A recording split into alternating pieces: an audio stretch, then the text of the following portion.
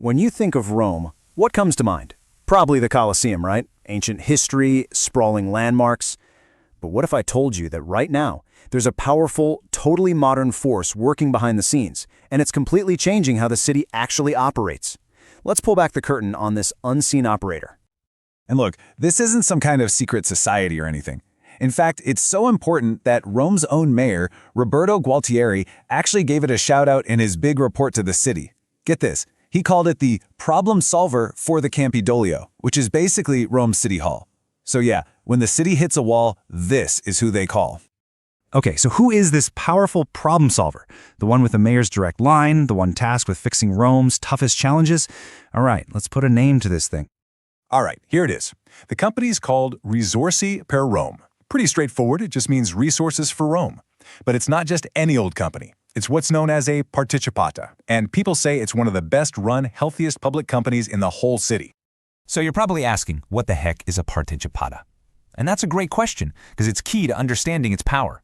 Basically, it means the company is owned and controlled by the city of Rome itself. Think of it like this. You get the accountability of a government agency, but with the speed and get-it-done attitude of a private business. It lets them cut through all that red tape and just tackle the big stuff. And we're not just talking theory here. The influence is real. The past year, wow. The growth has been so explosive, it's completely changed the game for this company. The numbers, honestly, they're kind of mind-blowing. Just to give you an idea of how wild this is, a year ago, this company had less than 500 people. Today, 3,000. That's not a typo. We're talking a six-fold increase in a single year.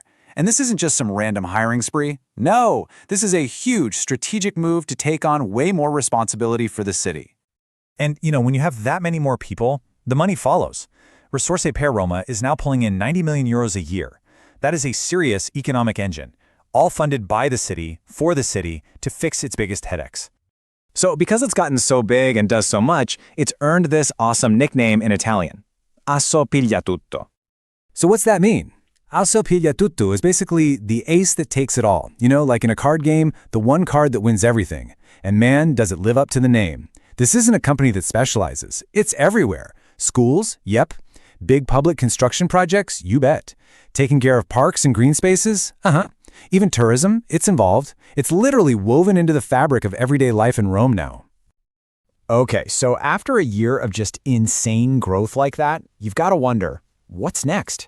When a company is already doing all that, where else is there to go?